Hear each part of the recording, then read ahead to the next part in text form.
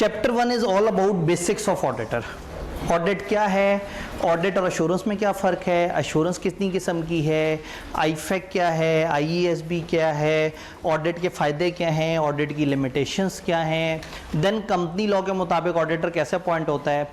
हर दिन का जो हमारा सेशन होगा वो तकरीबन 2 सेशंस में डिवाइड हुआ होगा और दोनों सेशंस के बीच में 10-1 मिनट की सिंबॉलिक ब्रेक होगी ताकि आप उसमें थोड़ा सा फ्रेश हो सकें, मुंह पे चीटा मार सकें और जो है वो अपने आप को ज़रा दोबारा से अलर्ट कर सकें अगले सेशन के लिए। मेरे लिए लगातार 2 घंटे पढ़ाना ज़्यादा आसान है, लेकिन थोड़ा सा आपको गैप देना इसलिए ज़रूरी है कि उसमें आप थोड़े से अलर्ट हो सकें और दोबारा से आपको लगे कि हाँ अब एक नई बात हो रही है। मीनवाइल कैमरे वालों को भी वो डिवाइसेस चेंज करने की, उनके भी वो पावर वगैरह ऊपर नीचे हो जाते हैं, वो भी मौका मिल जाएगा। थोड़ा सा मुझे भी मौका मिल जाएगा कि मैं बाहर निकल के ज़रा देख लूँ जो बाकी कमरों में क्रैश कोर्स की एक्टिविटी हो रही है, उधर तो नहीं कोई जो है वो ख़तरनाक वाक़या पेश आया। चूँकि वो ज़ाहिर है जब स्टूडेंट्स आते हैं और मुख्तलिफ़ जगह पे मुख्तलिफ़ एक्टिविटीज़ हो रही होती हैं तो उसमें मसले मसाइल होते हैं, तो बीच में हम ब्रेक कर लिया करेंगे इंशाल्लाह। तो आपने उसमें नहीं घबराना, लेकिन घर जाके ज़रूर घबराना है। ये सब कोई 10 मिनट में जी, ये सब कोई 10 मिनट में ये सारा कुछ जो बताया वो 10 मिनट में होगा। असल में हर किसी की अलग अलग जिम्मेदारी है ना। आप अलग से मुंह पे छींटा मारने जा रहे हो, ऐसा नहीं हो कि आप मुंह पे छींटा मारने जाए मैं आपके साथ जाऊँ, फिर आप वापस आए तो आप में से कोई जो बैठ के जो है वो अपना फ़ोन में मैसेज देख रहा है, कोई गेम खेल रहा है तो मैं उसके साथ गेम भी खेल रहा हूँ। आप अपने मुँह पे छींटा मारने जाएंगे, मैं मुँह पे छींटा नहीं मारूंगा, मुझे आदत है लोगों को बोर करने की, लेकिन आपको आदत है कम है बोर होने की, तो वो आप लोग अपने तरीके से फ्रेश होंगे, मैं जल्दी से। अच्छा, और उस टाइम पे जो माइक और ये वाले हैं वो साइमल्टेनियसली काम कर रहे होंगे। बड़ा टाइम लग रहा है। हाँ, निकलने में टाइम लगेगा, लेकिन मेरे ख्याल में मैं तेज़ी से निकल लूँगा। मुझे इतना अंदाज़ा है कि आप लोग उस टाइम पे मुझे उम्मीद है नहीं रोकेंगे, वो जो दरमियान में 10 मिनट है, क्योंकि अगर मैं यहाँ से वहाँ तक रास्ते में रुक गया तो 10 मिनट पूरे हो जाएंगे, मैं फिर वापस आ जाऊँगा। तो मेरे से निजात का तरीका ये है कि उस टाइम में मुझे जल्दी से निकलने दिया जाए ताकि मैं जाना जाके इंतज़ामिया को देखाऊँ और फिर वापस आ जाऊँ। ऑडिट, ऑडिट किसे कहते हैं? ऑडिट कहते हैं कैफ के एक पेपर को, जिसके बारे में हम हमेशा से सुनते आए हैं कि अजीब सा पेपर है। क्योंकि थ्योरी के नाम पे हमने हमेशा कंपनी लॉ और बी लॉ जैसे मजाक देखे, या एमएफए के अंदर मैनेजरियल का वो नन्ना मुन्ना सा पोर्शन देखा, या टैक्स के अंदर गिनती की थोड़ी सी कच्ची पक्की सी थ्योरी देखी, तो जहन में था कि थ्योरी तो शायद मजाक होता है। जब ऑडिट में पहुंचे तो पता लगा कि FR2 से बड़ा सिलेबस, CM में से बड़ा सिलेबस वाइज अगर मैं बात करूं तो ये one of the biggest subject है कैफ के सारे सब्जेक्ट्स में। तो इस वजह से लोग इस पे परेशान होते हैं। तो ऑडिट कैफ का एक पेपर है, लेकिन इसके अलावा ऑडिट क्या है? ऑडिट का लफ्जी मतलब है जांच पड़ताल, चेक करना, कंफर्म करना, किसी चीज़ को मैयर करना, किसी चीज़ का एहतसाब करना। ऑडिट इदारों का भी होता है, ऑडिट अकाउंट्स का भी होता है, ऑडिट क्वालिटी का भी होता है, ऑडिट IT का भी होता है, ऑडिट इलेक्शन कमीशन का भी होता है, ऑडिट एस्टेब्लिशमेंट का भी होता है, ऑडिट हर चीज़ का होता है। जब भी एक चीज़ को देखना है कि वो चीज़ सही से काम कर रही है या नहीं कर रही, तो इस चीज़ को हम क्या कहेंगे? ऑडिट। ये है सादा इंग्लिश ज़बान वर्ड ऑडिट का मतलब। फॉर एग्जाम्पल, अगर हमारा एक AC भी ख़राब हो ना, तो हो सकता है हम मैकेनिक को कहें या इलेक्ट्रीशियन से कहें यार इसका ज़रा ऑडिट करना है, इसमें क्या मसला है। तो ऑडिट इतना कॉमन वर्ड है कि यार हमारी ज़रा कैंटीन को ऑडिट करो, वहाँ पे क्या मसला मसाइल है, हमारे सिस्टम को ऑडिट करो कि क्या मसला मसाइल है, हमारे एडमिशन के प्रोसेस को ऑडिट करो। तो ऑडिट बड़ा ग्लोबल वर्ड है। तो जो सिंपल लैंग्वेज में वर्ड ऑडिट है, जो सिंपल इंग्लिश में, उसका मतलब होता है किसी भी तरह की जांच पड़ताल करने के बाद एक ओपिनियन देना कि वो चीज़ ठीक है या नहीं। बट हमारे कैफ 8 के पेपर में हम जिसे ऑडिट कहते हैं वो थोड़ा सा स्पेसिफिक है, और जिसको दुनिया ऑडिट कहती है हम अपने पेपर में उसे एश्योरेंस कहते हैं।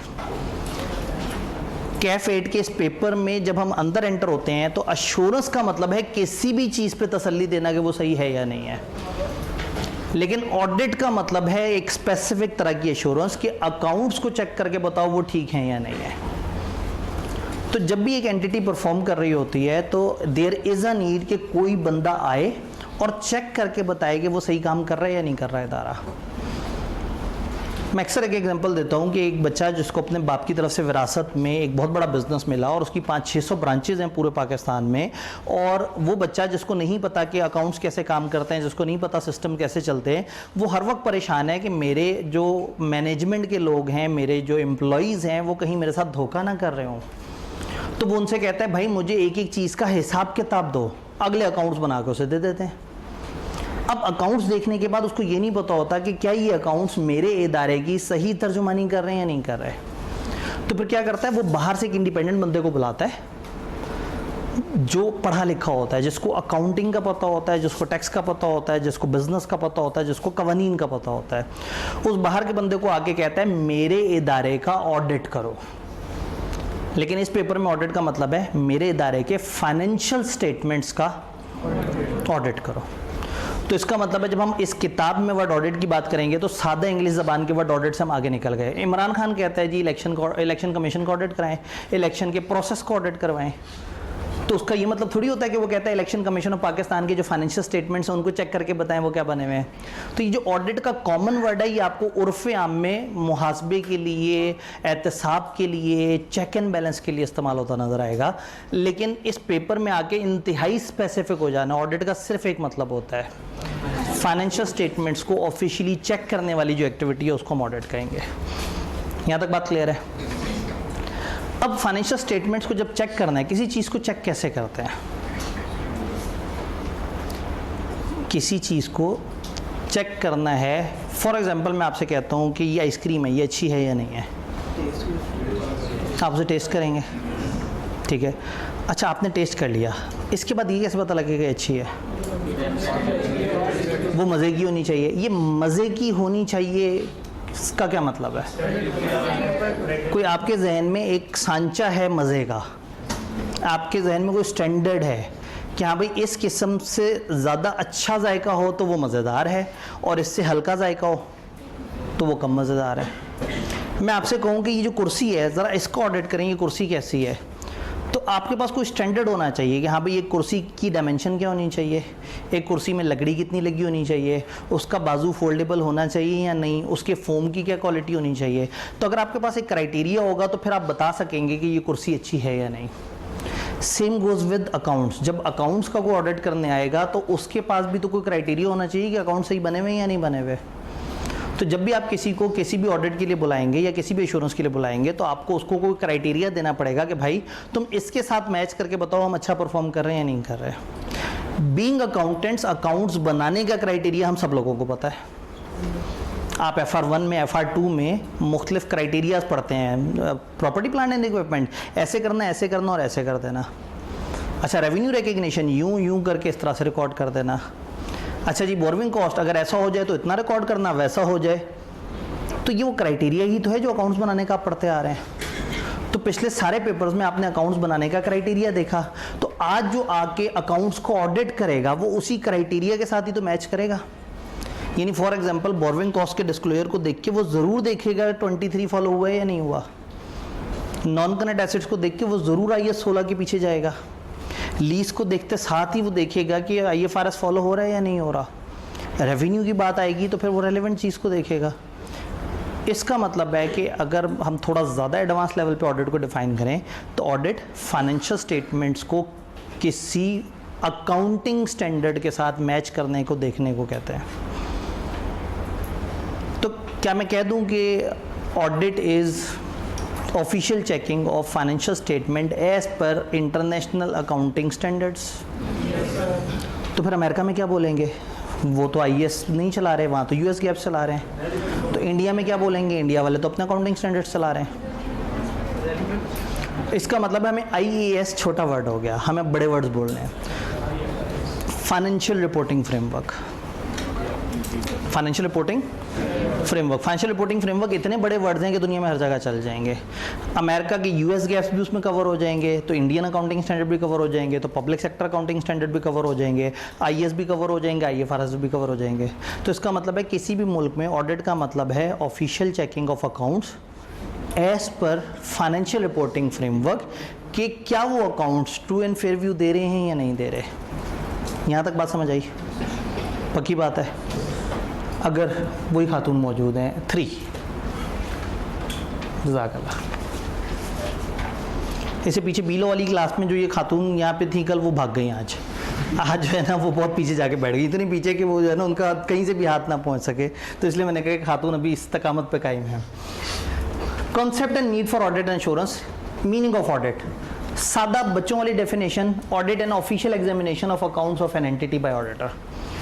कोई छोटा बच्चा आपसे पूछे जी ऑडिट क्या होता है, तो आप कहेंगे वो ज़रा मासूम है, उसे नहीं पता ज़्यादा, तो आप बच्चों वाली डेफिनेशन दे देंगे।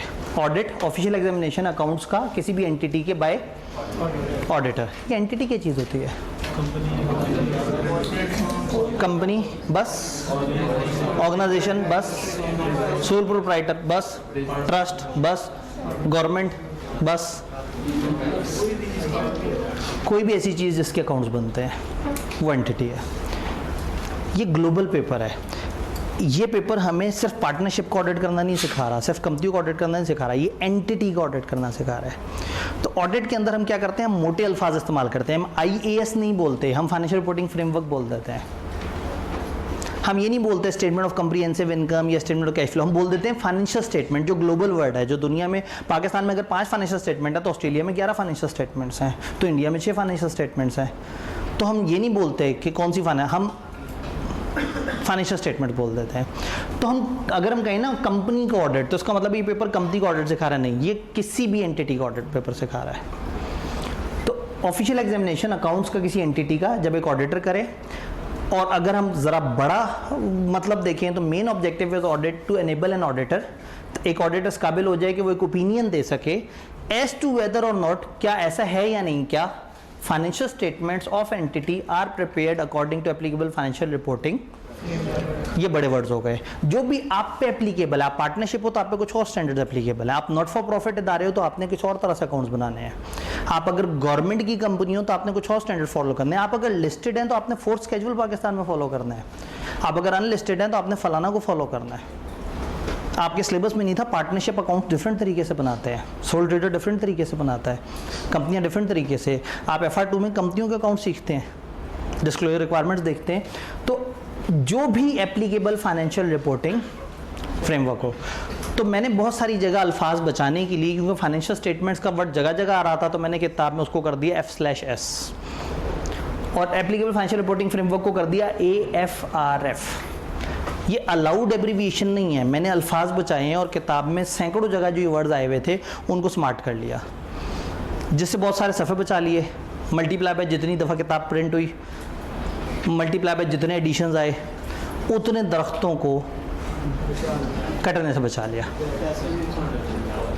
इन्होंने का पैसे बचा लिए। ऐसी बात यूँ नहीं करते, इससे गंदी फीलिंग आती है। ग्रीनर एनवायरनमेंट की तरफ एक अहम कदम, जैसे IKF पहले किताबें देता था, आपसे पैसे लेता था रजिस्ट्रेशन के, आपको किताबें देता था। तो फिर उन्होंने कहा नहीं, अब हम किताबें नहीं दिया करेंगे, क्योंकि एक ग्रीन पाकिस्तान के लिए, एक फ्रेंडली ग्रीन पाकिस्तान के लिए हमें किताबें प्रिंट करके देने का मतलब है कि हम इतने सारे दरख्तों को उजाड़ दें तो हम किताब सॉफ्ट में दिया करेंगे। अच्छा, हम भी अपने बच्चों को किताबें देते हैं, तो कितना मज़ा है कि हम भी अपने बच्चों को सॉफ्ट में किताबें दें, ताकि हम एक ग्रीनर पाकिस्तान की तरफ एक अहम कदम बढ़ा सकें।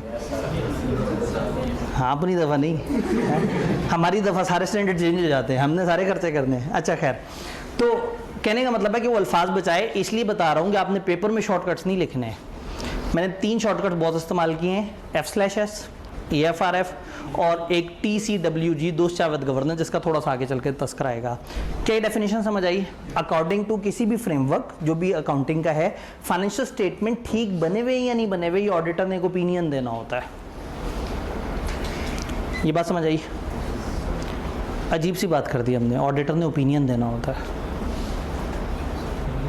ओपिनियन क्यों देना है? एक ऑडिटर आया है, उसने चीज़ें चेक की हैं, तो ओपिनियन किस बात का? ओपिनियन का लफ्ज़ी मतलब क्या है? राय। एक बंदे को आपने बुलाया, आपने उसे 40 लाख रुपए दिए, कहा मेरा ऑडिट कर दो अकाउंट्स का। अकाउंट्स को ऑडिट करने के बाद आपने कहा ये 40 लाख पकड़ो, रिपोर्ट दो। उसने रिपोर्ट में लिखा है मेरा ख्याल है कि फाइनेंशियल्स शायद ठीक बने हुए हैं। तो आप सर फाड़ देंगे उसका, आप कहेंगे 40 लाख रुपए मैंने तुम्हें दिया है, तुम अभी भी ख्याल का इजहार कर रहे हो। उसे लिखना चाहिए। मैं कसम खा के कहता हूँ कि अकाउंट सही बने हुए हैं। 40 लाख रुपए ले रहा है, क्या वो कसम खा सकता है? क्या वो एब्सोल्यूट किस्म की एश्योरेंस दे सकता है? क्या वो एक बड़ी हतमी क्यों नहीं दे सकता? लिमिटेशन है, उस बेचारे की लिमिटेशन है। वो हर चीज़ पे बड़ा कंफर्म, बड़ी पक्की राय नहीं दे सकता, क्योंकि फाइनेंशियल स्टेटमेंट्स में बहुत सारी ऐसी चीज़ें हैं जो फाइनेंशियल स्टेटमेंट्स बनाने वालों को भी कंफर्म नहीं है अभी। तो ऑडिटर कैसे ओपिनियन दे दे, तो वो उसके ऊपर कंक्लूजन दे दे? तो ऑडिटर ओपिनियन क्यों देता है, इसके पीछे कुछ रीजंस हैं।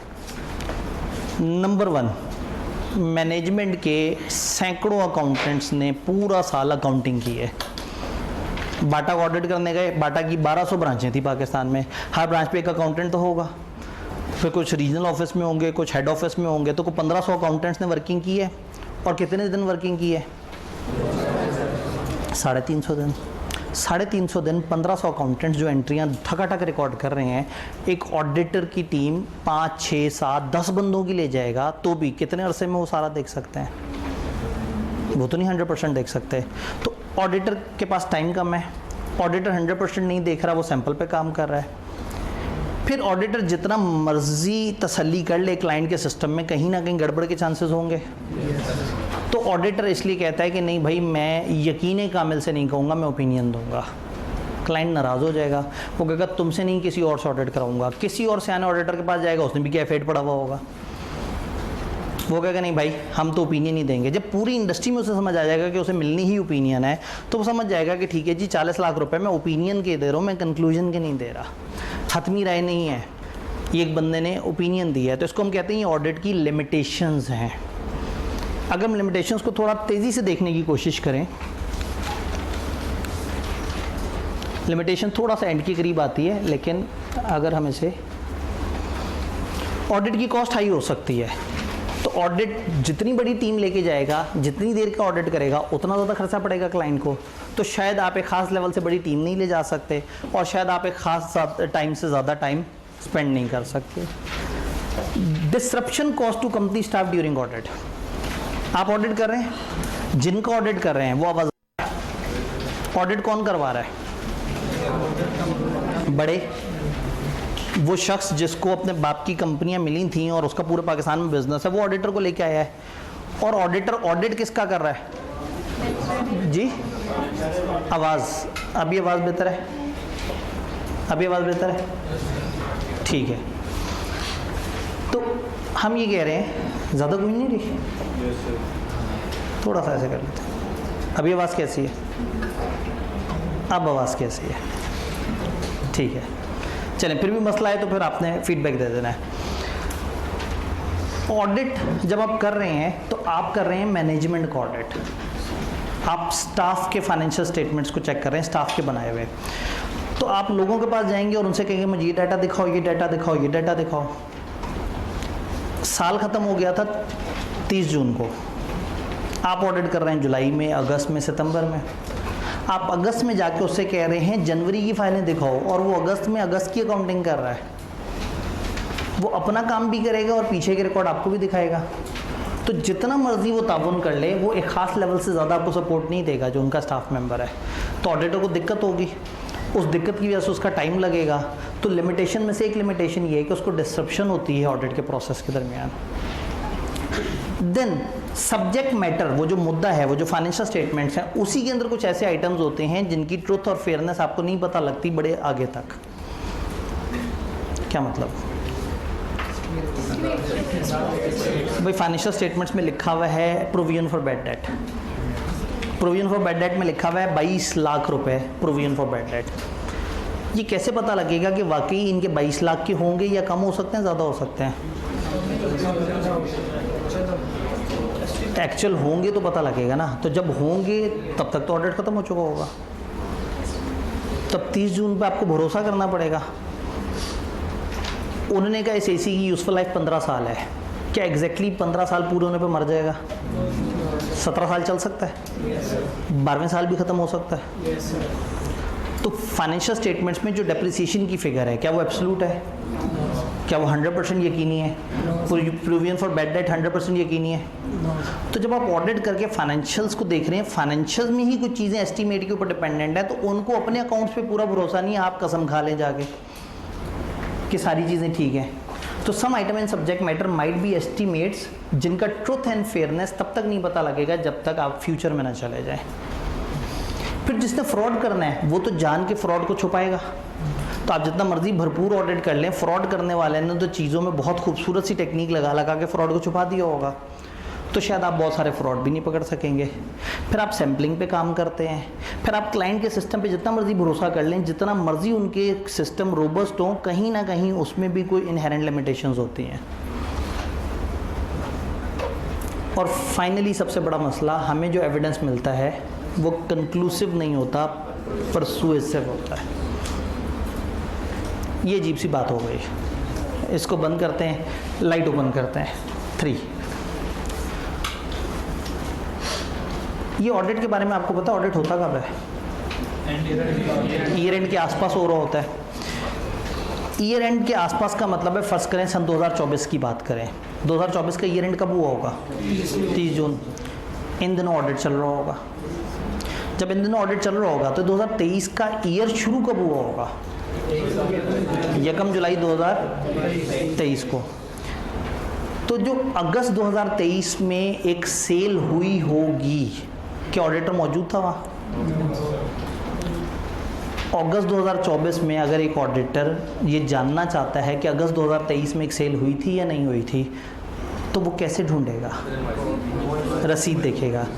रसीद को देख के उसे मानना पड़ेगा कि इस दिन ये हरकत हुई होगी। वो वहाँ 100% खुद मौजूद नहीं था, तो इसको मिलने वाला जो एविडेंस है वो कंक्लूसिव तो ना हुआ। ये एनी शाहिद तो नहीं है ना उस वाक़े का, इसके पास तो एविडेंस आ रहा है। इस एविडेंस की बेस पे से गुमान करना पड़ेगा कि उस दिन ऐसा हुआ होगा। तो एक बहुत बड़ा प्रॉब्लम ऑडिट का ये है कि आपको जो मिलने वाला एविडेंस है वो कंक्लूसिव, हतमी नहीं होता, परसुएसिव होता है। आप परसुएड हो रहे होते हैं कि आप इसको मान लें। हमने आते साथ ही ना बोर बातें शुरू कर दी, ऑडिट की लिमिटेशंस की बात कर दी। हमें बात करनी चाहिए थी इसके फ़ायदों की, जैसे आप लोग चहक जाते फ़ौरन से कि ऑडिट का वो फ़ायदा है। ओपिनियन दे रहा है, ओपिनियन देने से ऐसा क्या फ़ायदा मिलना है आपको? क्या होगा? क्रेडिबिलिटी बढ़ जाएगी बस जी, इन्वेस्टमेंट बढ़ जाएगी, गवर्नमेंट राज़ी हो जाएगी, शेयर होल्डर खुश हो जाएंगे, ओनर्स खुश हो जाएंगे, मैनेजमेंट पे चेक एंड बैलेंस आ जाएगा, इंटरनल कंट्रोल्स का पता लग जाएगा। तो इस सबसे एक बात तो समझ आ रही है, ऑडिट कराते रहना चाहिए। क्योंकि प्रॉब्लम ये है कि जो कंपनी के अंदर बैठे हैं वो तो गड़बड़ करने की कोशिश करेंगे। अब कंपनी के बाहर एक बंदा 5 करोड़ लगाना चाह रहा है कंपनी पे, तो वो 5 करोड़ ऐसी कंपनी पे लगाएगा ना जहाँ उसका पैसा उसको अच्छा रिटर्न मिले। इसका वो अंदाज़ा किस डॉक्यूमेंट को देख के लगाएगा? फाइनेंशियल स्टेटमेंट में रखा होगा कि इतनी इक्विटी थी, हमने इतना जनरेट किया। अगर वो फाइनेंशियल ही झूठी बनी हुई हो, इन्वेस्टमेंट का डिसीजन तो तबाह हो जाएगा। तो इसका मतलब ये है कि इन्वेस्टमेंट का डिसीजन इसका तब अच्छा होगा जब फाइनेंशियल्स काबिल भरोसा हो। तो अगर उन फाइनेंशियल स्टेटमेंट को बाहर से एक कॉम्पिटेंट चार्टर्ड अकाउंटेंट फर्म ने आके, उनके 8-10 बंदों ने आके चेक किया और चेक करने के बाद ओपिनियन दिया कि हमें लग रहा है बहुत ज़्यादा चांसेस हैं कि फाइनेंशियल सही बने हुए हैं। अब 100% तो एश्योरेंस दुनिया में एग्जिस्ट ही नहीं करती। तो एक कॉम्पिटेंट फर्म ने आके कहा हमारा ख्याल है चीज़ें ठीक हैं, तो आपको हौसला हो जाएगा और वो बंदा 5 करोड़ इन्वेस्ट कर देगा। फिर गवर्नमेंट को डर लग रहा है कि झूठ तो नहीं बोल रहे ये लोग अकाउंट्स में। एक चार्टर्ड अकाउंटेंट फर्म ने कह दिया कि हमारे ख्याल में चीज़ें सही हैं, तो गवर्नमेंट कंफर्म हो जाएगी, इन्वेस्टर तसल्ली में आ जाएंगे। अच्छा, कंपनी के अपने बड़ों को याद है वो बंदा जिसको नहीं पता था कि मेरा बिजनेस कैसा चल रहा है, जब ऑडिटर कहेगा कि हाँ भाई तुम्हारे लोगों ने ये जो फाइनेंशियल्स बनाए हैं ये ट्रू एंड फेयर व्यू दे रहे हैं, तो वो भी ईजी हो जाएगा। क्या बात समझ आ रही है? तो ऑडिट के तो फ़ायदे ही फ़ायदे हैं, कुछ लीगल फ़ायदे हैं, कुछ अदर देन लीगल फ़ायदे भी हैं। भाई फाइनेंशियल्स पे तो कंफर्ट आ ही गई। जब सारे स्टाफ को पता है कि एंड पे एक ऑडिटर ने आना है, तो वो डरेंगे, बेईमानियाँ कम करेंगे। जब एक ऑडिट होगा तो ऑडिट होने से ये भी पता लग जाएगा कि हमने कानूनी जिम्मेदारियाँ पूरी की हैं नहीं, और ये भी पता लग जाएगा कि हमारी गवर्नेंस भी बेहतर है या नहीं। जब ऑडिटर आके क्लीन रिपोर्ट देके जाएगा तो दोस्त शाविद जो बड़े हैं इदारे के, उनको कहीं ना कहीं नीचे के लोगों पे गर्व होगा, खुशी महसूस करेंगे, अच्छा लगेगा उन्हें। ये मैं बार बार कह रहा हूँ, ऊपर के लोग और नीचे के लोग एक दफ़ा से डिफाइन ही कर लेते हैं। जो लोग अकाउंट्स बना रहे हैं और इस काम के जिम्मेदार हैं, उन्हें हम कहते हैं मैनेजमेंट। और जो ऊपर के लोग हैं, मैं ऊपर का लोग क्यों कह रहा हूँ, मैं ओनर बोल दूँ? नहीं सर, अभी थोड़ी देर पहले ही तो आपने कहा एंटिटी का ऑडिट होता है, और आपने ही कहा था एंटिटी किसी भी चीज़ को कहते हैं। तो ओनर का वर्ड तो सोल प्रोप्राइटर में इस्तेमाल होता है, कंपनी में तो ओनर बोलते ही नहीं हम, शेयर होल्डर बोल देते हैं या डायरेक्टर्स बोल देते हैं। तो गवर्नमेंट के केस में हम क्या बोलें? गवर्नमेंट में कौन है वो लोग जो कि निज़ाम को चला रहे हैं? असल में नहीं बताना पता लगे हमें वीडियो सेंसर करनी पड़ जाए कि कौन लोग निज़ाम को चला रहे हैं, मतलब जो उस रेलेवेंट डिपार्टमेंट को हेड कर रहे होंगे। ठीक, तो कहने का मतलब ये है कि जब हमने एक कॉमन वर्ड्स बोलने हो उनके लिए जो ओनर्स हैं या ओनर के बिहाफ पे निज़ाम को चला रहे हैं, तो हम वर्ड्स इस्तेमाल करेंगे दोज चार्ज विद गवर्नेंस। वो 10% जो मेरी अजम्पशन है कि आपको ऑडिट आता है, तो मैं बहुत गहराई में नहीं उतर रहा। तो दोज चार्ज विद गवर्नेंस कौन है? या तो वो ओनर्स हैं या वो ओनर्स के वो नुमाइंदे हैं जिनको ओनर्स ने बिठाया हुआ है कि तुम जाके हमारे बिहाफ पे कंपनी चलाओ। अब कंपनी की हैं 17,000 शेयर होल्डर्स। इन 17,000 शेयर होल्डर्स ने 10-12 लोगों को कंपनी में भेज दिया डायरेक्टर बना के कि तुम हमारे बिहाफ पे कंपनी चलाओ। तो ये वो हैं जिनको हम कहेंगे दोस्त चार्ज विद, जिनको गवर्नेंस दी गई। तो दोस्त चार्ज विद गवर्नेंस का तर्जुमा हमेशा ओनर्स नहीं है, इसका तर्जुमा है ओनर्स या जिनको ओनर्स ने डेलीगेट किया है कि आपने निज़ाम चलाना है। तो ऊपर की जो टॉप मैनेजमेंट है, सीनियर मोस्ट मैनेजमेंट, जिसने ओनर्स के बिहाफ पे नुमाइंदगी करनी है, वो दोस्त चार्ज विद गवर्नेंस है। वो एक स्कूल का प्रिंसिपल हो सकता है, वो एक यूनिवर्सिटी का बोर्ड ऑफ ट्रस्टी हो सकता है, वो एक कंपनी का डायरेक्टर हो सकता है, वो एक सोल ट्रेडर इदारे में ओनर हो सकता है। तो एनीवन जो उस इदारे की केयर टेकिंग कर रहा है और एक ओनर या ओनर का नुमाइंदा बन के चला रहा है, उसको हम क्या कहेंगे? दोस्त चार्ज विद। तो ऑडिटर मैनेजमेंट को ऑडिट करेगा और दोस्त चार्ज विद गवर्नेंस को रिपोर्ट देगा। और दोस्त चार्ज विद गवर्नेंस को ये तसल्ली हो जाएगी कि मैनेजमेंट ने अपनी लीगल ड्यूटीज़ भी अदा की हैं सही से, और मैनेजमेंट ने अपनी गवर्नेंस ड्यूटीज़ भी सही से अदा की हैं। यहाँ तक बात समझ आ रही है? कोई कन्फ्यूजन यहाँ तक किसी भी वर्ड में? सारे वर्ड्स क्लियर हैं? अब किताब से थोड़ा सा ऑडिट के फ़ायदे भी पूछ लेते हैं और कुछ कीवर्ड्स भी पूछ लेते हैं। और ऐसे में हमें 3 एक दफ़ा प्रेस करना पड़ेगा। जज़ाकल्लाह। स्टैट्यूटरी ऑडिट के फ़ायदे: increases the credibility of publish financial statement. Clear है? कंफर्म कर देती है मैनेजमेंट को कि उन्होंने अपना काम सही से अदा किया है। अश्योरेंस दे देती है मैनेजमेंट को कि उन्होंने नॉन स्टैट्यूटरी रिक्वायरमेंट, वो जो गवर्नेंस वगैरह की हैं, एक तो स्टैट्यूटरी है ना जो कानून ने कही, एक है उनकी गवर्नेंस बेहतर थी नहीं थी, निज़ाम सही चला रहे थे, उस पर तसल्ली हो गई। फीडबैक मिल जाता है कि हमारे इंटरनल कंट्रोल अच्छा काम कर रहे हैं।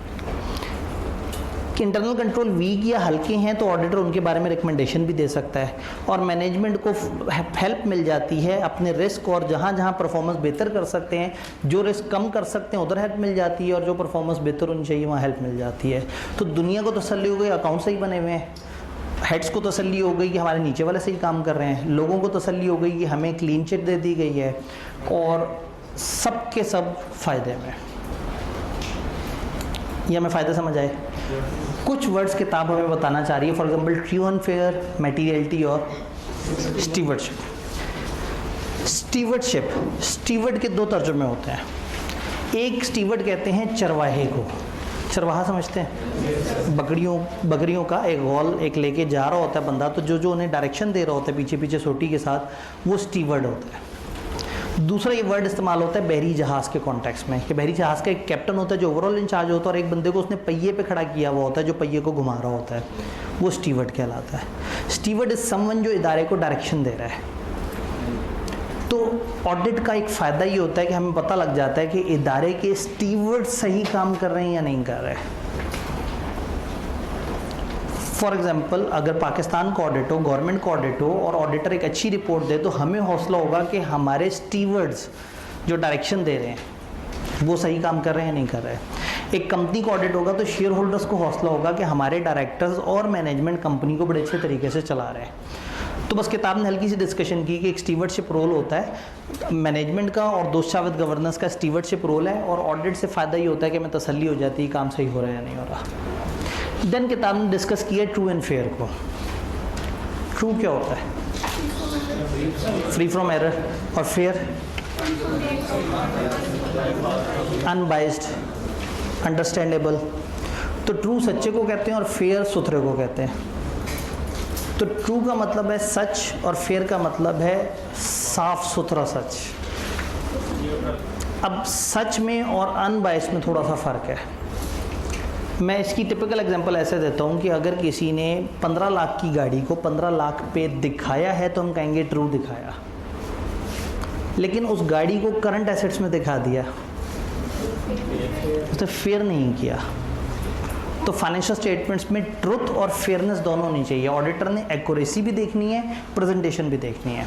ये भी देखना है कि फाइनेंशियल सही बने हुए, और ये भी देखना है कि इन फाइनेंशियल्स को देख के क्या यूज़र सही से समझ भी पाएंगे या नहीं पाएंगे। तो फाइनेंशियल्स क्या होने चाहिए? ट्रू एंड फेयर व्यू देते हुए होने चाहिए। ऑडिटर ने ये चेक करना है। इसके ऊपर बहुत डिबेट हमारी आगे भी चलती रहेगी। फिर मटीरियलिटी, किताब अकाउंटेंट्स को समझाना चाह रही है मटीरियलिटी क्या होती है।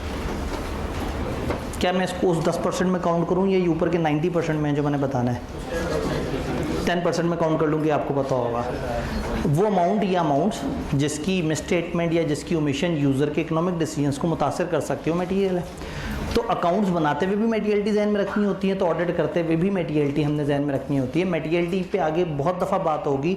तो ये किताब में जब ये वाला पोर्शन शुरू में आएगा ना, तो आपने बस इसको मुस्कुराते हुए तेज़ी से पढ़ लेना है।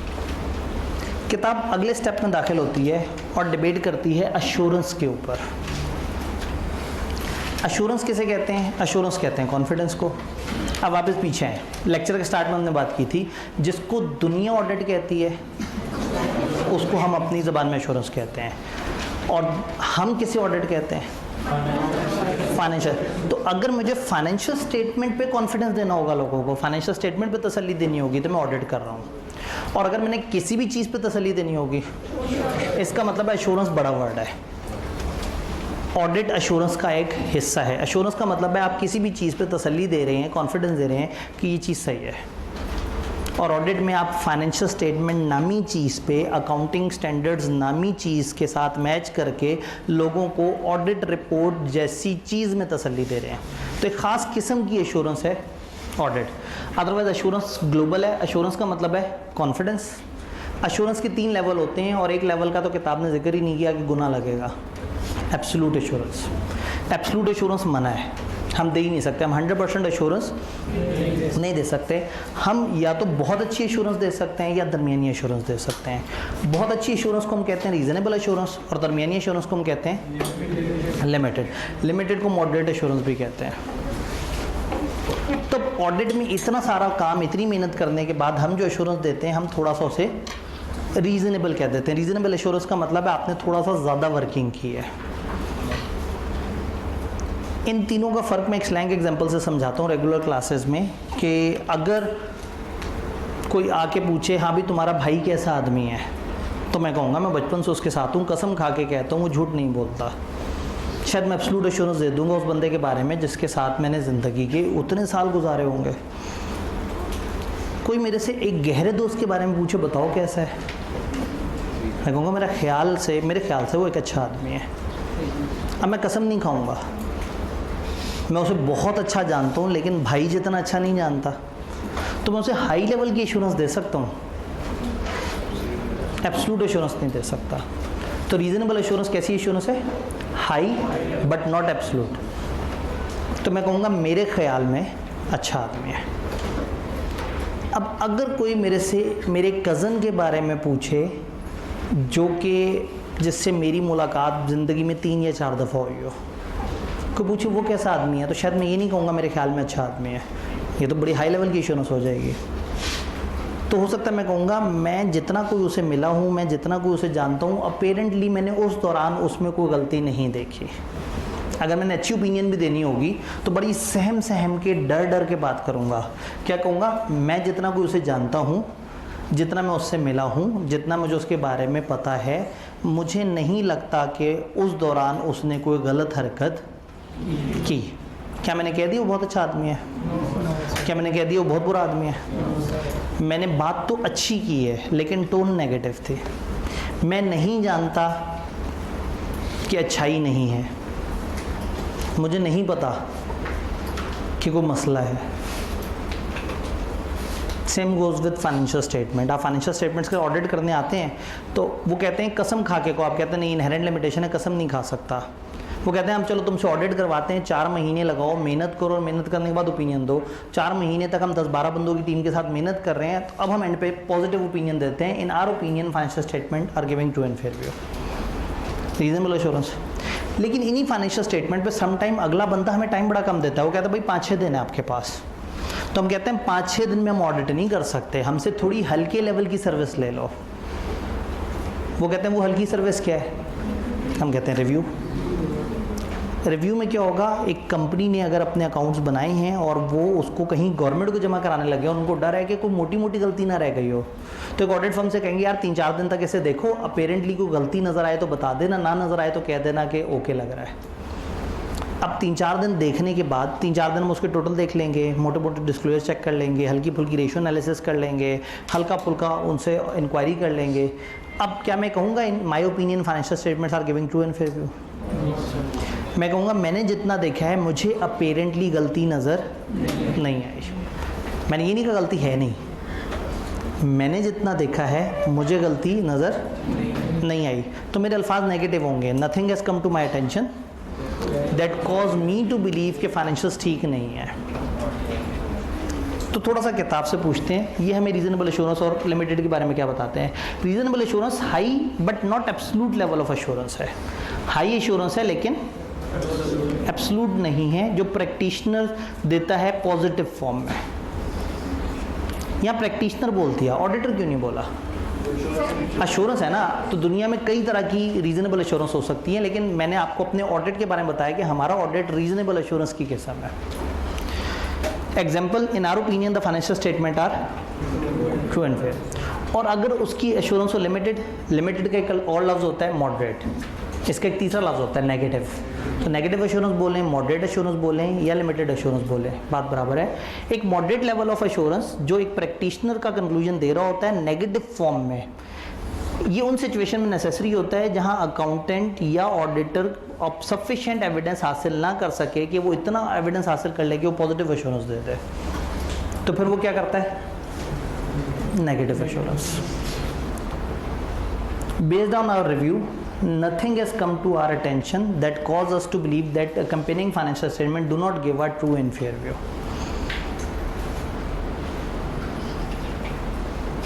कोई मेरे से पूछे कि आज की ऑडिट की क्लास कैसी गई, तो मैं कहूँगा सारे बच्चे मेरे सामने थे, थ्रू आउट मैं क्लास में था, बड़े अच्छे तरीके से बात सुनते रहे, समझते रहे, और मैं बड़ा खुश हूँ कि हमारी क्लास बहुत अच्छी गई। तो शायद मैं एब्सोल्यूट के बहुत करीब की बात कर रहा हूँ। मैनेजमेंट में एक बंदा बैठा कैमरे से इस क्लास को ऑब्जर्व कर रहा हो और बाहर लोगों से पूछ रहा हो कि कोई गड़बड़ तो नहीं चल रही। उससे को पूछा आज आबदी साहब की ऑडिट की क्लास कैसी हुई, कहेगा मेरे ख्याल में सब सही रहा। और अभी मैंने कहा कि जब 10 मिनट की ब्रेक होगी तो मैं जल्दी से जाके ज़रा उधर देखूंगा कि वो ड्राफ्टिंग वाली क्लास का क्या बना, और मैं मोटा मोटा सा आइडिया लेके वापस आ जाऊँगा। अब मेरे से कोई पूछेगा वो क्लास कैसी हुई जो 1 घंटे 1.5 घंटे टाइप की थी, तो मैं कहूँगा मुझे लग नहीं रहा कि वहाँ पे कोई अपेरेंटली बड़ा मसला हुआ है। मैंने उसको 1.5 घंटे तक नहीं देखा कैमरे पे, और मैं क्लास के अंदर भी मौजूद नहीं था। इधर मैं क्लास के अंदर मौजूद था, मैं एब्सोल्यूट के करीब पहुँच गया। जो कैमरे पे पूरी क्लास को देख रहा था वो रीजनेबल एश्योरेंस तक पहुँच गया, और जिसने जाके बस मोटा मोटा जायज़ा लिया और वापस आ गया, तो मैं कहूँगा मैंने जितना देखा मुझे अपेरेंटली कोई गड़बड़ होती नज़र नहीं आई। Nothing has come to my attention that cause me to believe. ये नेगेटिव एश्योरेंस मैंने ली थी आखिरी दिन जब आप ड्राफ्टिंग के सेशन में आए थे, जब आप लोगों ने पिछले दिन अचानक से बिरयानी की फरमाइश कर दी थी। पता नहीं आप कुछ याद है? हाँ, खा के तो किसी को याद नहीं होता। ठीक है, अब वो नेगेटिव एश्योरेंस थी, चूँकि मैं मौके वारदात पे मौजूद नहीं था, तो मैं बाहर से आके बीच में, बल्कि एक आध दफ़ा जो है ना वो अंदर झांक रहा था, तो सर ने मुझे देख लिया, वो बाहर आ गए। तो मैंने पूछा वो क्या बना बिरयानी का? कहते बच्चे शोर मचा रहे हैं, मैं नहीं मंगवा रहा। मैंने कहा नहीं कोई बात नहीं, मासूम बच्चे हैं ज़रा थोड़ा सा। तो खैर वो एश्योरेंस थी वो नेगेटिव एश्योरेंस थी कि बस बाहर से आके झांका, मोटा मोटा सा आइडिया लिया और मैंने कह दिया कि मुझे नहीं लग रहा कि कोई गड़बड़ हुई होगी। अब ये और बात है कि उस टाइम पे वो बॉक्स तैयार हुए, वो फिर आए, फिर आप लोगों ने कहा हम तो बिरयानी खाए बगैर जाएंगे ही नहीं, फिर आप लोग किसी और कमरे में बैठ के इंतज़ार करते रहे, पता नहीं मतलब कुछ मैंने ऐसा सुना कि जो है ना वो बिरयानी की वजह से आपने जो है ना टाइम गुजारा। हालांकि अगर हम क्लास एक्सटेंड कर रहे होते ज़्यादा पढ़ाने के लिए तो पता नहीं वो टाइम आप गुजार पाते हैं या नहीं। चलें खैर, तो अब समझ आया नेगेटिव एश्योरेंस किसे कहते हैं। वो जो वो बाहर बैठे बैठे अंदाज़ा लगा के मैंने एक टिक लगा दिया कि मुझे अपेरेंटली नहीं लग रहा कि गड़बड़ हो रही है, हालांकि गड़बड़ ये हुई कि वो थोड़ा लेट हो गया, लेकिन आवाम बड़ी खुश थी उस पर। जी जी, लिमिटेड एश्योरेंस और रिव्यू में क्या फ़र्क है? लिमिटेड एश्योरेंस और रिव्यू में क्या फ़र्क है? लिमिटेड एश्योरेंस, अभी मैंने थोड़ी पहले एक एग्जांपल दी, लिमिटेड एश्योरेंस थी, क्या इसमें फाइनेंशियल स्टेटमेंट्स थे? नहीं थे। दुनिया में एश्योरेंस 1500 तरह की हो सकती है, 1500 तरह की एग्जांपल्स हो सकती हैं। हो सकता है उनमें से 700 ऐसी एग्जांपल्स हों जो रीज़नेबल किस्म की एश्योरेंस हो और 800 ऐसी एग्जांपल्स हों जो रिव्यू किस्म की एश्योरेंस हो और ये लिमिटेड किस्म की। तो इसी तरह से हमारे फाइनेंशियल स्टेटमेंट से रिलेटेड ना 2 असाइनमेंट्स बहुत मशहूर हैं। जब फाइनेंशियल स्टेटमेंट को एक ऑडिटर बहुत डिटेल से तसल्ली से लंबे टाइम के लिए देखता है ज़्यादा टीम के साथ, तो वो होती है ऑडिट। तो इस ऑडिट को एश्योरेंस के अंदर कहाँ फिट करेंगे? ये एश्योरेंस की रीज़नेबल वाली किस्म में चली जाएगी। अच्छा, रिव्यू में हम बहुत थोड़ा सा काम करते हैं, तो आप पूछें सर इस रिव्यू को कहाँ डालें, तो मैं कहूँगा ये रिव्यू लिमिटेड एश्योरेंस के अंदर क्लासीफाई कर दो। तो लिमिटेड एश्योरेंस एश्योरेंस की किस्म है जिसकी सैकड़ों एग्जांपल्स में से एक एग्जांपल है हमारा रिव्यू। रीजनेबल एश्योरेंस एश्योरेंस की किस्म है जिसकी सैकड़ों एग्जांपल में से एक एग्जांपल है ऑडिट। एश्योरेंस कई चीज़ों पे दी जा सकती है। तो एश्योरेंस में आपके क्या अल्फाज हैं? Based on our review nothing is come to our attention. इस रिव्यू की बेस पे हमारे नॉलेज में ऐसा कुछ नहीं आया that causes us to believe, जिससे हमें ऐसा लगे दैट अकम्पेनिंग फाइनेंशियल स्टेटमेंट, ये जो given financial statement do not give a true and fair view. हमने जितना फाइनेंशियल्स देखे हैं हम नहीं जान सके कि ये ठीक नहीं है। इसका दूसरा मतलब क्या है? शायद ठीक हो। एक है मेरा ख्याल है ठीक है और एक है शायद ठीक हो, तो थोड़ी हल्की एश्योरेंस हो जाती है। अभी भी एश्योरेंस थोड़ा सा ग्लोबल वर्ड है, हमें नहीं समझ आ रहा। एश्योरेंस को समझाने के लिए कुछ और यूनिवर्सल एग्जांपल्स भी होती हैं। जैसे एक ज़माने में हमें तो बड़ा प्रैक्टिकल फेस करना पड़ा जब कोविड हुआ। कोविड ख़त्म होने के बाद गवर्नमेंट ने कहा कि अब कॉलेजेस ओपन होंगे लेकिन SOPs के साथ, स्टैंडर्ड ऑपरेटिंग प्रोसीजर्स के साथ। वो क्या थे? उन्होंने हमें एक लिस्ट थमा दी और लिस्ट में लिखा था कि हर कुर्सी के बाद 2 कुर्सियों पे आपने क्रॉस लगाना है और फिर चौथी कुर्सी पे बंदा बैठाना है।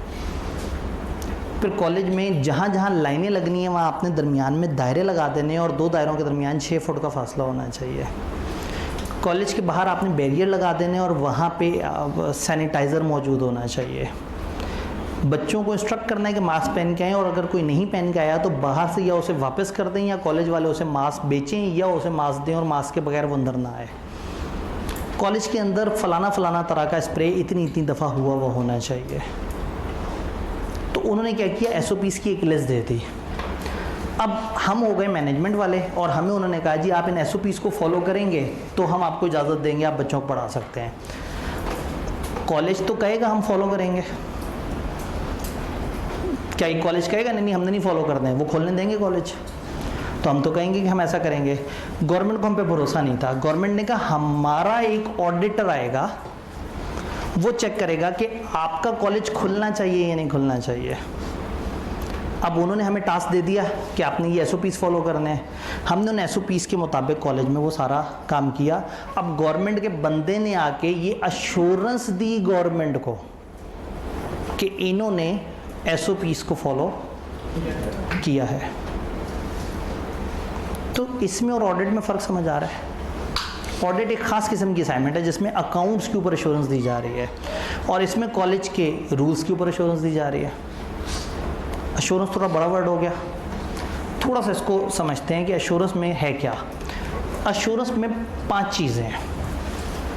सबसे पहले तो 3 तरह के लोग होने चाहिए।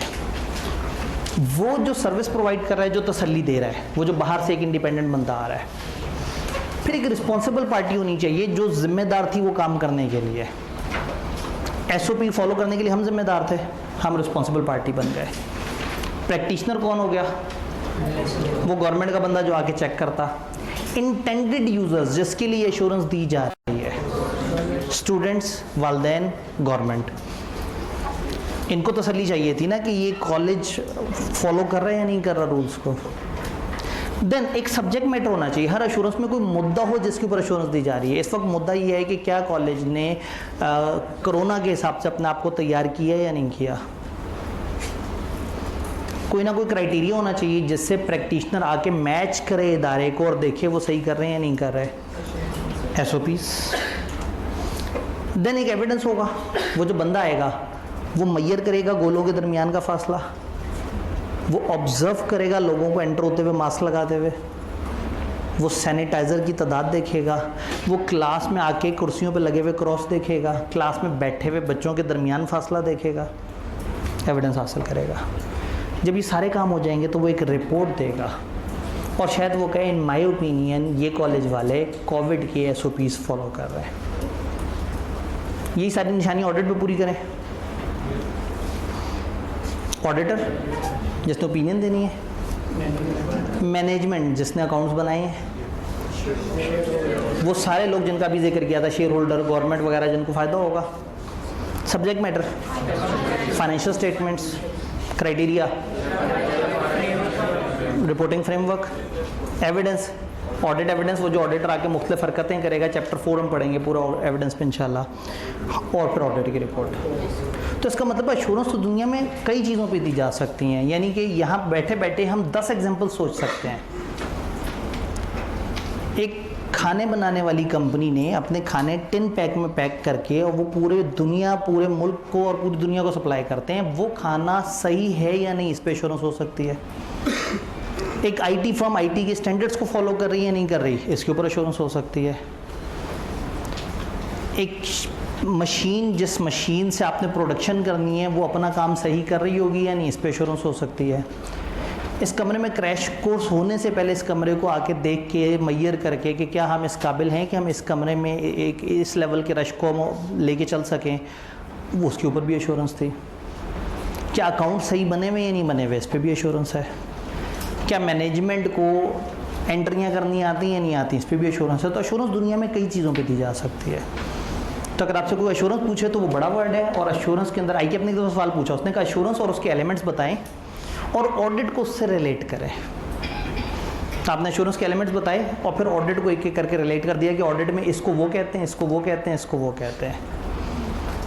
तो क्या हमें ऑडिट और एश्योरेंस का फ़र्क समझ आ रहा है? एश्योरेंस एक बड़ा वर्ड है जिसमें ये 5 कंपोनेंट्स होने चाहिए। हर एश्योरेंस असाइनमेंट में ये 5 वर्ड्स होने चाहिए।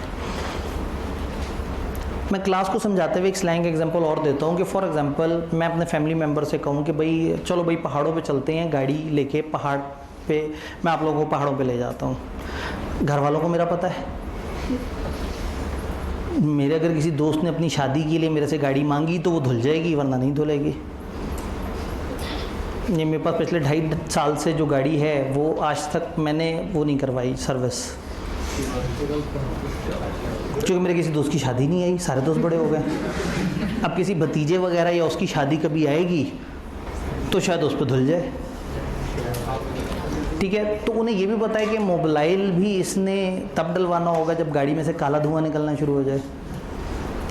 और मैं उन्हें कह रहा हूँ कि भाई पहाड़ों पे लेके चलता हूँ आप लोगों को, तो उन्हें कहना जी आप बंदे बहुत अच्छे हैं, लेकिन किसी मैकेनिक से जाके एश्योरेंस ले लें कि ये गाड़ी पहाड़ पे जा भी सकती है या नहीं जा सकती। सीधी सी बात है, मैं रिस्पॉन्सिबल पर्सन हूँ जो मैनेज कर रहा है, जो कहता है गाड़ी बेहतरीन है। घर वाले इंटेंडेड यूज़र कहते ना तुम पे भरोसा ही नहीं, तुम गाड़ी की जितनी केयर करते हो हमें वो पता ही है। तो हमें किसी प्रैक्टिशनर से, किसी सियाने से जो इस फील्ड का एक्सपर्ट है, उससे ओपिनियन लो कि सब सही है या नहीं।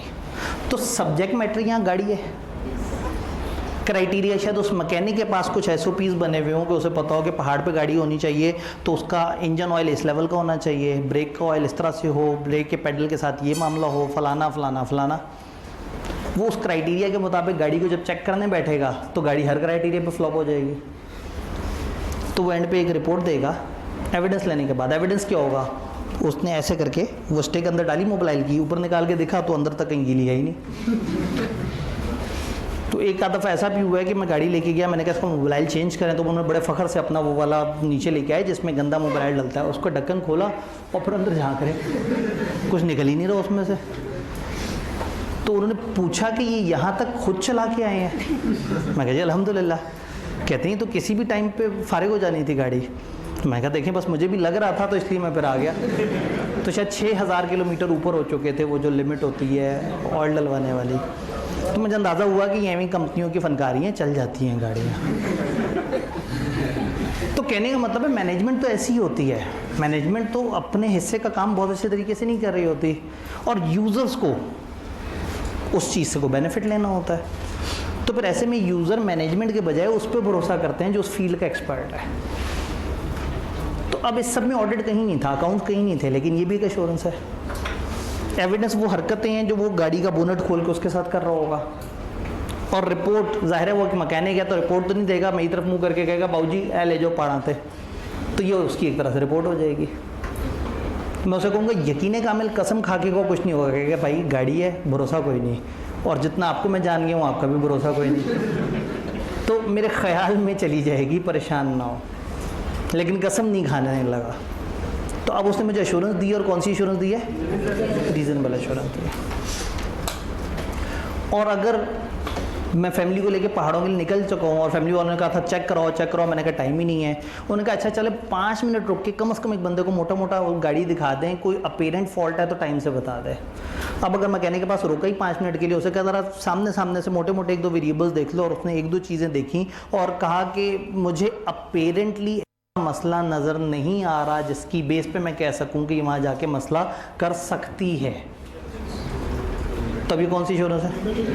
वही मैकेनिक उसी एक्टिविटी को कम लेवल पे करेगा तो लिमिटेड इंश्योरेंस हो जाएगी, बड़े लेवल पे करेगा वही ऑडिटर उन अकाउंट्स को हल्का सा चेक करता है, रिव्यू की असाइनमेंट कर लेता है, बहुत अच्छा वाला चेक करता है ऑडिट। और एब्सोल्यूट इंश्योरेंस हमारी फील्ड में उन्होंने मना किया हुआ है कि आप नहीं देंगे।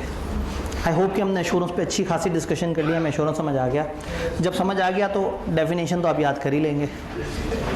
ऑडिट में तो चीज़ें याद करने वाली ना होने के बराबर हैं। मैं कहता हूँ पूरी ऑडिट के अंदर एक रिपोर्ट के कंटेंट और एक एश्योरेंस की डेफिनेशन, बाकी तो हर चीज़ बड़ी लॉजिकल है। अगर पेपर में आपको डेफिनेशन याद ना आ रही हो तो कोई बात नहीं, आपने 5 एलिमेंट सोचने, इनको गुत्थम गुत्था कर देना है अपनी अंग्रेज़ी में। जब एक प्रैक्टिशनर इंटेंडेड यूजर्स के कहने पे रिस्पॉन्सिबल पार्टी के बनाए हुए सब्जेक्ट मैटर को क्राइटेरिया से कंपेयर करके एविडेंस हासिल करके रिपोर्ट दे दे, या एश्योरेंस एक ऐसी रिपोर्ट को कहते हैं जिसमें एक प्रैक्टिशनर ने एविडेंस लिया होता है सब्जेक्ट मैटर पे क्राइटेरिया से मैच करके कि क्या रिस्पॉन्सिबल पार्टी ने अपना काम सही से किया है और इंटेंडेड यूजर्स को बता देता है। तो आपने इन सब देना है कि उस जुमले में तकरीबन सारे नज़र आ जाए। और अगर दूसरे केस में चलना है तो फिर ये डेफिनेशन है जिसको याद कर लेना है। एंगेजमेंट, जिसमें एक प्रैक्टिशनर एम करता है कि सफिशिएंट अप्रोप्रिएट एविडेंस ले ताकि कंक्लूजन दे सके degree of confidence of intended users other than responsible party about subject matter, के क्या चीज़ें सही हैं और सब्जेक्ट मैटर इन्फॉर्मेशन क्या है, वो जो आउटकम ऑफ मेजरमेंट या evaluation of underlying subject matter against criteria. तो बड़ी अजीब सी टेढ़ी सी डेफिनेशन दी है इन्होंने, लेकिन अगर पूरे नंबर लेने हैं तो ये याद करनी है, और अगर खुद से लिखें तो एक आध नंबर कट जाएगा, लेकिन कोई बात नहीं है। ये डिपेंड करता है कि आप तकलीफ़ उठाना चाहते हैं या एक नंबर पे खेलना चाहते हैं। नहीं सर, हम तो एक नंबर बचाएंगे। ठीक है। एक टीचर हैं अकाउंटिंग के, सर ज़ुबैर सलीम, ACC के बड़े फेमस टीचर हैं, पिछले 15 साल से पाकिस्तान के नंबर 1 टीचर हैं, और हर दफ़ा पूरी दुनिया में कोई बच्चा टॉप करता है तो ज़्यादातर उन्हीं का स्टूडेंट होता है। उनकी एक अप्रोच थी, वो हमारे साथ CA में ऑनलाइन क्लासेस में काफ़ी अरसे इंगेज रहे, अभी भी करंटली वो कुछ क्लासेस दे रहे हैं। उनकी एक अप्रोच थी, टीचर ये सिखाते हैं कि बच्चे ने 50 नंबर तक कैसे पहुँचना है। वो कहते थे आप जब पेपर में पहुँचो तो आप 100 पे खड़े हो, आपने 100 में से नंबर लूज़ नहीं होने देने। यानी आपने ये नहीं सोचना कि मैंने 7 नंबर के सवाल में 5 या 4 तक कैसे पहुंचना है, आपने ये देखना है कि 7 नंबर के सवाल में मेरा लूज़ कहाँ हो सकता है, मैंने लूज़ नहीं होने देना। तो कहते हैं 0 से 50 का मत सफ़र करो, 100 से 50 की तरफ आते हुए कोशिश करो कि कम लूज़ करो। तो बड़ी मज़े की अप्रोच थी कि आप हर सवाल में देखें कि कहाँ कहाँ लूज़ हो सकता है, लूज़ होने से बचाना है, रादर देन कि आप देखें कि गेन कहाँ कहाँ से हो सकता है। तो एक अप्रोच ये भी होती है, लेकिन बहरहाल वो तो गलत यूज़र्स के सामने में गलत बातें कर। जल्दी से इख्तितामी बातें देखते हैं। आईफेक और आईएसबी का हल्का सा इंट्रोडक्शन हमारी किताब ने हमारे सिलेबस में डाला, और बचपन में कभी आई कैप ने एक दफ़ा 4 नंबर के लिए पूछ भी लिया था, तो तब से डर लगा रहता है कि आई कैप कभी भी पूछ ले। तो वो इंटरनेशनल इदारा जो अकाउंटिंग को देखता है पूरी दुनिया में, उसको हम कहते हैं IFAC, international federation of accountants. ICAP इस इदारे का एक मेंबर है। अगर ये एक रेगुलर क्लास होती तो एक लंबी चौड़ी स्टोरी से मैं समझाता कि ये इदारा कैसे बना था, आई कैप कैसे बना था और इदारे कैसे बने थे, लेकिन इस वक्त चूँकि उतना वक्त नहीं है। अच्छा, अब अगर आप जाके वो वीडियो दोबारा देखेंगे ना तो वो स्टोरी गायब हुई है वहाँ से। स्क्रीनशॉट पूरी स्टोरी का नहीं ले सकते, तो वो अब उस वीडियो में से मैंने वो सारी कहानी गायब कर दी है। क्योंकि होता ये है कि बच्चों को कभी भी कोई भी गम हो, आई कैप पे हो, कुछ भी हो, तो वो वहाँ से क्लिप काट के कहते हैं देखें चार्टर्ड अकाउंटेंट आई कैप के बारे में क्या बताते हैं। तो वो सेंसर हो चुका है, सारा गायब हो चुका है, इससे पहले कि आपके जहन में कोई शरारत आए। तो मैंने आई कैप के बारे में आपको एक अच्छी सी स्टोरी, साफ़ सुथरी सी स्टोरी बताई थी, ठीक है। अब पता नहीं आप लोगों ने कितना गलत उसको याद किया होगा, मैंने तो बिल्कुल जेन्युइन सच्ची स्टोरी सुनाई थी। आई कैप आईफेक का मेंबर है। IFAC international global organization accounting profession की 170 मेंबर और एसोसिएट हैं 130 मुल्कों के अंदर। बहुत सारे मेंबर्स, बहुत सारे और एसोसिएट्स इनके साथ जुड़े हुए हैं, जो कुछ पब्लिक प्रैक्टिस में, गवर्नमेंट में, कुछ एजुकेशन में हैं, कुछ गवर्नमेंट सर्विस में, कुछ इंडस्ट्री में, और हर तरफ हैं। ये वो स्ट्रक्चर और प्रोसेस बताते हैं जिससे सारा प्रोसेस फैसिलिटेट होता है, और आईफेक इंटेग्रिटी, ट्रांसपेरेंसी और एक्सपर्टाइज को प्रमोट करता है। ये सारी बातें एक तरफ, आपने आईफेक लिखने और गप्पे मारनी शुरू कर देनी है।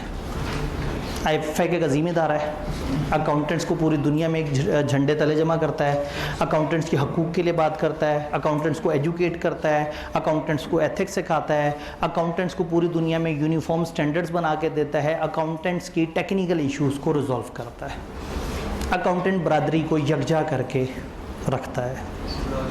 तो इसको रटा मारने की ज़रूरत नहीं है, आप पेपर में खुद भी लिख सकते हैं। आईफेक के अंदर 4 बोर्ड्स हैं, हर बोर्ड का अपना अपना मकसद है। हमारे सिलेबस में सिर्फ एक बोर्ड है, आईएएसबी। आईएएसबी यानी जो ऑडिट एंड एश्योरेंस स्टैंडर्ड का बोर्ड है। उसके अलावा इनका एक एजुकेशन का बोर्ड है, एक एथिक्स का बोर्ड है, और एक पब्लिक सेक्टर अकाउंटिंग यानी कि गवर्नमेंट की जो अकाउंटिंग है उसका अलग से बोर्ड है। हर बोर्ड के अंदर अलग अलग बॉडीज़ हैं, अलग अलग चीज़ें काम कर रही हैं, लेकिन हमने जिस बोर्ड को समझना है वो आईएएसबी है। आईएएसबी जो बोर्ड है वो क्या करता है, ये स्टैंडर्ड सेट करता है, ये हाई क्वालिटी इंटरनेशनल स्टैंडर्ड देता है ऑडिट के या एश्योरेंस वगैरह के, जिससे काम किया जाता है। ये इंटरनेशनल और नेशनल अकाउंटिंग और ऑडिटिंग और एश्योरेंस के स्टैंडर्ड्स को आपस में जोड़ता है। बोर्ड का नाम है IAASB, international auditing and assurance. इसका मतलब ये ऑडिटिंग के भी स्टैंडर्ड देगा और एश्योरेंस के भी। अगर कोई पूछे आईएएसबी के कितने तरह के स्टैंडर्ड हैं, तो आप कहेंगे 5 तरह के स्टैंडर्ड है। इसमें एक दफ़ा लाइट बंद करनी पड़ेगी। 1, जज़ाकल्लाह। ISAs, आई का मतलब होगा हमेशा इंटरनेशनल और एस का मतलब होगा हमेशा। ISAs हैं ऑडिट के standards. ISRE review engagements, ISAE assurance engagement, ISRS related services, ISQCs जो कि ख़त्म हो गए हैं। अब ये मुझे नहीं समझ आ रहा कि किताब में अभी तक क्यों पुरानी बात है। अब ISQM आ चुके हैं। ISQC 1 हुआ करता था पहले, वो ख़त्म हो चुका है। मोस्ट प्रॉब्ली जो अपकमिंग एडिशन हो किताब का उसमें इन्होंने उसको चेंज कर दिया हो। तो क्वालिटी के स्टैंडर्ड्स, ऑडिट के स्टैंडर्ड्स, रिव्यू के स्टैंडर्ड। जब ऑडिट और रिव्यू के स्टैंडर्ड दे दिए तो एश्योरेंस का स्टैंडर्ड क्यों दे रहे हैं? ऑडिट और रिव्यू के अलावा दुनिया की किसी भी किस्म की एश्योरेंस हो, ISAs फॉलो करेंगे, और अगर खास ऑडिट की असाइनमेंट हो ISA फॉलो करेंगे, और रिव्यू हो। तो जब भी हिस्टोरिकल फाइनेंशियल इन्फॉर्मेशन, ये जो आपका पास डाटा होता है, जो जैसे अकाउंट्स होते हैं हिस्टोरिकल इन्फॉर्मेशन कहलाते हैं, इनका जब भी ऑडिट होगा ISAs, रिव्यू होगा ISREs, एश्योरेंस किसी भी किस्म की होगी ISAE, क्वालिटी का होगा तो ISQC। फिर ये होते हैं जो नॉन एश्योरेंस स्टैंडर्ड होते हैं, इनको हम कहते हैं ISRS। इसमें आप एश्योरेंस नहीं देते, आप 2 सर्विसेज देते हैं, कंपाइलेशन और एग्रीड अपॉन। कंपाइलेशन में क्लाइंट आपको डाटा देता है और आप उस डाटा को जोड़ के एक चीज़ बना देते हैं, ये कंपाइलेशन कहलाता है। For example tax return file करना, वो डाटा देता है, आप उस डाटा की बेस पे उनकी टैक्स रिटर्न बना देते हैं। फॉर एग्जांपल आपको एज एन अकाउंटेंट बुलाया, उन्होंने ऑडिटर नहीं है, और कहा ये ट्रायल है ज़रा अकाउंट्स बना दो, तो कंपाइलेशन है। ये 5 कंपनियां हैं, कंसोलिडेट कर दो, कंपाइलेशन है। एग्रीड अपॉन प्रोसीजर होता है फैक्ट फाइंडिंग की असाइनमेंट। क्लाइंट आपको फरमाइशी प्रोग्राम पे कहता है हमें इस वाले एरिया में ये चीज़ इन्वेस्टिगेट कर दो, ये वाली जगह पे इन रूल्स के मुताबिक ये काम हमें कर दो, तो हम वो वाला काम उनकी फरमाइश पे उसके तरीके से कर देते हैं। ये एश्योरेंस नहीं होता, इसमें हम सब्जेक्ट मैटर पे काम करते हैं इन असाइनमेंट्स में। इनकी ज़्यादा डिटेल सिलेबस में नहीं है, बस कंपाइलेशन का मतलब है डाटा की बेस पे सब्जेक्ट मैटर बनाना। एग्रीड अपॉन प्रोसीजर का मतलब है सब्जेक्ट मैटर में कोई खास चीज़ ढूंढना जो क्लाइंट ने अपने बताए गए रूल्स के मुताबिक आपको कही है। तो ये 5 तरह के स्टैंडर्ड्स हैं जो IESB ने इशू किए हैं। उसके अलावा IESBA जो एथिक्स का बोर्ड है, इसका कोड ऑफ एथिक्स भी हमारे सिलेबस में है, लेकिन किताब ने यहाँ उसका जिक्र नहीं किया। तो जो हम कोड ऑफ एथिक्स पढ़ते हैं वो इनका इशू किया हुआ है, और जो ISS पढ़ते हैं वो इनके इशू किए हुए हैं। देन वो छोटे छोटे से और कॉन्सेप्ट पे बात करते हैं। Professional skepticism, professional judgement, sufficient appropriate audit evidence, हम यहाँ तक डिस्कशन करेंगे, फिर ब्रेक करेंगे। इसके बाद हमारे इंटरम और फाइनल ऑडिट होता है, लेकिन ये चैप्टर 3 के साथ भी कनेक्ट करता है और इधर भी ये 2 दफ़ा है किताब में, तो हम चैप्टर 3 के साथ इसको डायरेक्टली भी पढ़ सकते हैं। ऑडिट करते हुए 3 कॉन्सेप्ट जो हमने जहन में रखने हैं: professional skepticism, professional judgement, sufficient appropriate audit evidence. आसान बात क्या है? Sufficient appropriate audit evidence. जब भी आपने ऑडिट करना है, आपने हमेशा किस लेवल का एविडेंस हासिल करना है? Sufficient appropriate. तादाद में भी अच्छा होना चाहिए, क्वालिटी में भी अच्छा होना चाहिए। सफिशिएंसी मैयर है क्वांटिटी की, और एप्रोप्रिएटनेस मैयर है क्वालिटी। तो जब भी आपने एविडेंस हासिल करना है, जिस पे ओपिनियन देना है, वो सफिशिएंट भी होना चाहिए, एप्रोप्रिएट भी होना चाहिए। इन दोनों वर्ड्स पे चैप्टर 4 में जाके डिबेट होगी ISA 500 के अंदर इंशाल्लाह। 2 कॉन्सेप्ट जो थ्रू आउट ऑडिट आपने जहन में रखने हैं, एक है जजमेंट और एक है स्केप्टिसिज्म। प्रोफेशनल जजमेंट का मतलब है कि बहुत सारी जगह आपने क्लाइंट के डाटा पे रिलाई नहीं करना, एविडेंस पे रिलाई नहीं करना, अपने दिमाग को इस्तेमाल करना है। क्योंकि बहुत सारी जगह पे एविडेंस से आप नतीजे तक नहीं पहुंच सकेंगे, बहुत सारी जगह पे एविडेंस होगा ही नहीं। जब एविडेंस ही नहीं होगा तो आपको वहाँ पे अपना दिमाग इस्तेमाल करना पड़ेगा, जिसको मैं टिपिकली कहता हूँ कि अगर आप क्लाइंट से कहें कि हाँ भाई इस AC की यूज़फुल लाइफ क्या है, और वो कहते हैं 50 साल, अब रसीद तो इसकी कोई नहीं है कि 50 साल उसकी चलेगी या नहीं चलेगी ज़िंदगी, लेकिन आपकी जजमेंट आपको क्या कह रही है कि ज़्यादा बात हो गई। कितना कहता तो मुनासिब मान लेते हैं? 10 साल, 15 साल, 20 साल, मैक्सिमम 15 साल। अब ये आपको कैसे पता लगा? क्योंकि आपने भी ज़िंदगी थोड़ी सी गुजारी हुई है, थोड़ा सा आपने अपने घरों में लगे हुए AC देखे हुए हैं, फिर आपने ज़िंदगी 20 साल मज़ीद गुजार ली हो, तो हो सकता है उस वक्त आप कहें नहीं सर 10 साल नहीं, AC 20 साल चल जाता है। बात ये कि अभी आपने होशो हवास में जो ज़िंदगी गुजारी वो 10 साल ही है, और आप 10 साल से AC को चलते देख रहे हैं, तो आपको लग रहा है कि शायद 10 साल ही होती होगी। तो जैसे जैसे आप बड़े होते चले जाएंगे, आपकी ओपिनियन में पुख्तगी आती जाएगी, आपका डाटा बढ़ता जाएगा, आपके एक्सपीरियंसेस बढ़ते जाएंगे, आप ज़्यादा मुदब्बर राय कायम करना शुरू हो जाएंगे। वरना अभी तो आप किसी भी पार्टी को सपोर्ट कर देते हैं। जब बड़े होंगे, सियाने होंगे, आपको हक़ाइक़ पता लगेंगे, तो उस वक्त आपको होगा कि ओहो मैं जज्बाती आदमी होता था बचपन में। आप अपनी फेसबुक की पोस्टें डिलीट कर रहे होंगे, प्रेस कॉन्फ्रेंस कर रहे होंगे। तो प्रोफेशनल जजमेंट, ऑडिटर ने ज़िंदगी गुजारी है, ऑडिटर ने को 150 दफ़ा ऑडिट किया हुआ है। उसने एक ऑयल एंड गैस कंपनी के पिछले 11 साल से ऑडिट करता आ रहा है। उसको एक चीज़ जब नज़र आएगी तो उसकी जो जजमेंट है उसको किसी और तरह से ओपिनियन देगी। तो समटाइम क्लाइंट पे जाने से पहले आपकी जजमेंट आपको बता देती है कि वहाँ ख़तरे क्या हैं। क्लाइंट से मिलने वाले डाटा की बेस पे आपकी जजमेंट आपको बता देती है कि इनमें से ठीक क्या लग रहा है, गलत क्या लग रहा है। बहुत सारा एविडेंस जब क्लाइंट देखता है तो आप अपनी जजमेंट से उसको कंपेयर करके उसकी रीज़नेबलनेस को ज़रूर टेस्ट करते हैं। तो ये है क्या भला? Professional judgement application of relevant training, knowledge and experience है within context provided by auditing, accounting and ethical standard. Audit, accounting और एथिकल स्टैंडर्ड्स के तनाजुर में जो आपकी ट्रेनिंग, नॉलेज और एक्सपीरियंस है वो प्रोफेशनल जजमेंट है जिससे आप इन्फॉर्म डिसीजंस बनाते हैं कोर्स ऑफ एक्शन के लिए कि इस सिचुएशन में मुझे क्या करना चाहिए। क्लाइंट ने कह दिया 10 साल इसी की लाइफ है, अब आपने अपना एक्सपीरियंस, अपना नॉलेज, अपना जो जितना भी आपने ऑडिट किया उसकी बेस पे समझना है कि मुझे इस वक्त क्या करना चाहिए। तो बहुत सारी ऐसी जगह होंगी जहां हमारा ऑडिट का स्टैंडर्ड कह देगा इस जगह ऑडिटर अपनी जजमेंट यूज़ करे, यानी वो कहेगा मैं तुम्हें नहीं बता रहा, मैं साइड पे हो रहा हूँ, तुम मौके की मुनासबत से अपने तजर्बे की रिक्वायरमेंट में, अपनी तालीम की रोशनी में जो तुम्हें उस वक्त ठीक लगे तुम वो करना, हमारे से मत पूछना कि मुझे यहाँ क्या करना चाहिए। बात समझ आई? देन ब्रेक्स पे जाने से पहले आखिरी concept, professional scepticism, questioning mind का एक एटीट्यूड, एक ऐसा एटीट्यूड जिसमें मुसलसल सवाल पूछ रहे हैं, प्रोब कर रहे हैं, आप आंखें बंद करके यकीन नहीं कर रहे हर चीज़ पे, आप पूछ रहे हैं उसके बारे में, आप सवाल कर रहे हैं। क्लाइंट ने आपको एक इन्फॉर्मेशन दी, आपने इन्फॉर्मेशन ली और बहुत एहतराम से उस पर भरोसा कर लिया कि हमने ऐसे करना है। हमने उस इन्फॉर्मेशन को तनकीदी नज़र से देखना है, क्रिटिकल असेसमेंट करनी है, हमने जायज़ा लेना है कि क्या वो इन्फॉर्मेशन ठीक है। इन्फॉर्मेशन देने वाला इंतहाई सच्चा और ईमानदार आदमी ही क्यों ना हो, अगर मुझे इन्फॉर्मेशन पे डाउट है तो मैं जस्ट इस वजह से कि मुझे वो बंदा ठीक लगता है मैं उसकी इन्फॉर्मेशन मान लूँ, ये मुनासिब बात नहीं है। तो स्केप्टिसिज्म इज क्वेश्चनिंग माइंड से चीज़ें देखनी है, अलर्ट रहना उन कंडीशन के लिए जिसमें पॉसिबल मिसस्टेटमेंट नज़र आ सकती है, और आपने हमेशा ऑडिट एविडेंस की क्रिटिकल असेसमेंट करनी है। आपको जैसे ही एविडेंस मिले आपने ये नहीं देखना कौन एविडेंस दे रहा है, आपने देखना ये एविडेंस है क्या और मुझे एविडेंस सही लग रहा है या नहीं लग रहा। आपने एविडेंस को मैयर करना है। जैसे रेगुलर क्लास में हमने क्लेम के ऊपर एनालिटिकल प्रोसीजर लगाने थे, तो हमने कहा था कि हम भूल जाते हैं कि लीडर अच्छा है या बुरा है। इस क्लेम को ऑडिट पॉइंट ऑफ व्यू से वेरीफाई करने की कोशिश करते हैं। तो बीइंग ऑडिटर हम क्या करेंगे, हम इंसान पे भरोसा नहीं करेंगे, हम कागज़ पे भरोसा करेंगे, हम एविडेंस पे भरोसा करेंगे, हम निज़ाम पे भरोसा करेंगे, क्योंकि इंसानों में चांस है बेईमानी की तरफ जाने का।